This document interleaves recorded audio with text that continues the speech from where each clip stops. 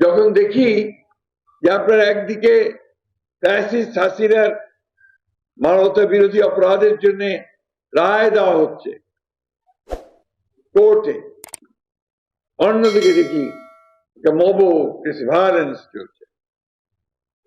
এটা কিসের আলামত আমি জানি না।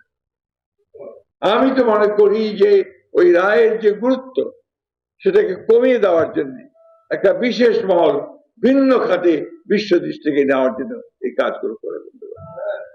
এই বিষয়গুলো আমাদের খেয়াল রাখতে হবে। আমরা যারা গণতন্ত্রের জন্য সংগ্রাম করি, লড়াই করি, আমরা যারা প্রাণ দিয়েছে আমাদের ছেলেরা, আজকে কোন একটা মহল অত্যন্ত সচেতনতার সঙ্গে, অত্যন্ত ধূর্ততার সঙ্গে, চালাকির সঙ্গে সেটাকে ভিন্ন খাতে প্রভাবিত করার চেষ্টা করছে কিনা এটা আমাদের দেখা উচিত। এর মধ্যে বিভক্তি সৃষ্টি করছে কিনা। আমি খুব পরিষ্কার করে বলতে চাই, বিএনপি কোনো বিপ্লবী দল নয়। বিএনপি একটা লিবারেল ডেমোক্রেটিক পার্টি।